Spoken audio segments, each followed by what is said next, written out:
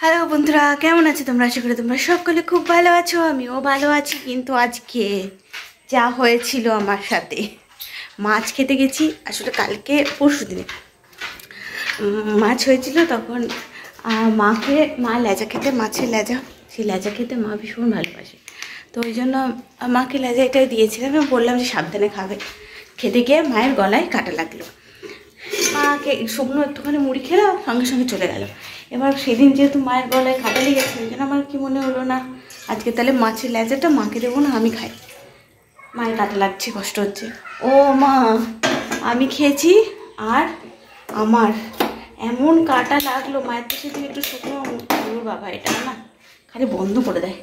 সেদিন মা তো একটুখানি শুকনো মুড়ি খেলেও কমে গেল, কিন্তু আমি আজকে মানে বাবারে বাবা, আমি আজকে যে খেয়েছি মাছের কাটা তো যাই না। এদিকে আজকে ভাতটা এমনই হয়েছে যে আর এক্সট্রা কোনো ভাত নেই। বলে না শুকনো ভাত জোর করে খেলে গলা দিয়ে নেমেছে কাটাটা, শুকনো ভাতও নেই। তো কী করবো, জল খেলাম, এরমভাবে জল খেলাম, এরমভাবে জল খেলাম, হলো না। শুকনো মুড়ি চিবিয়েছি, শুকনো মুড়িটাকে গেলা যায়, একটু তো নরম করতে হবে।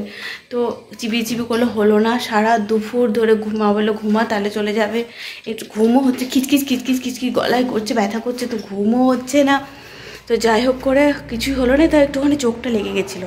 বিকেলবেলা উঠে বলছি মা আমার কিছুতেই যাচ্ছে না। তাও আমাদের বাড়িতে লক্ষ্মী একমা ছিল, বললাম আবার মুড়ি খাও, আবার মুড়ি দিল, আর বললো আবার জল খাও। মুড়ির সাথে সাথে শুকনো মুড়ির সাথে জল দিয়ে গেলো, জোর প্রেশার দিয়ে।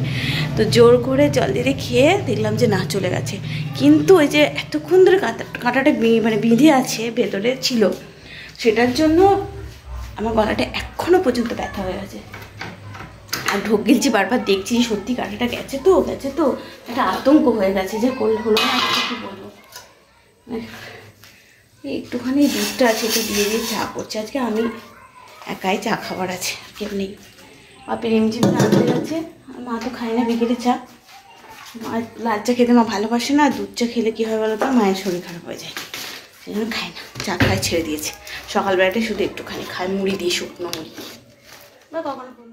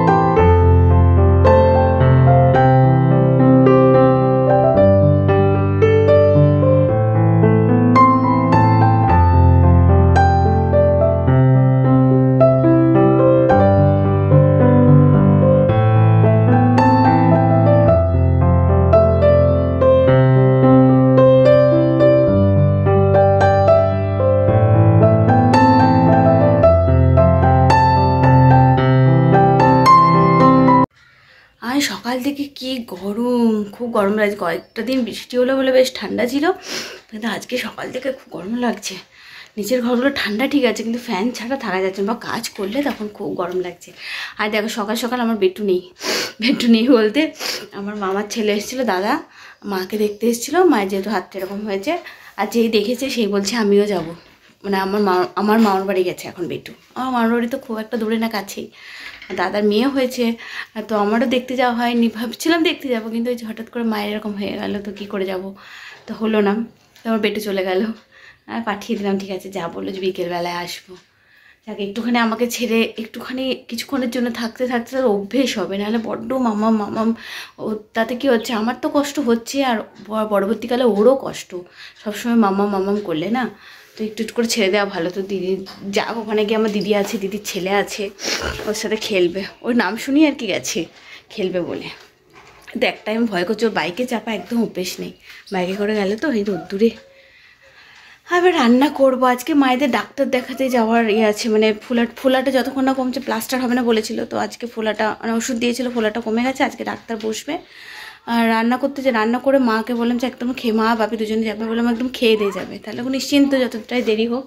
তো তাড়াতাড়ি রান্না করে নিয়ে এখন 9:10 বাজছে, একটু তাড়াতাড়ি রান্না করে নেব। তারপর মায়েরা খেয়ে দিয়ে যাবে। আমার আজকে একটু এটা কম, কারণ সেটা নেই, চান করিয়ে দিয়েছে আর সকালবেলা তো খেয়েইছে, আবার গিয়ে টুকটাক কিছু যাই হোক খাবে, সকালবেলা খাইয়ে দিয়েছি। কি রান্না হবে আজকে? হবে ভাত, মাছ আছে কালকের মাছ, ওটা ভাবছি একটু সর্ষে দিয়ে আলু দিয়ে একটু ঝাল বানাবো। কালকে রাত্রে পেঁয়াজি বানিয়েছিলাম, সেই মাখা একটুখানি আছে, এতগুলো বানাইনি, সেই পেঁয়াজিগুলো ভেজে নেব। পটলও আছে, একটু পটল ভেজে নেব, আর মুসুর ডাল বানাবো আজকে, এটাই ভাবছি করবো, আস্তে আস্তে করবো।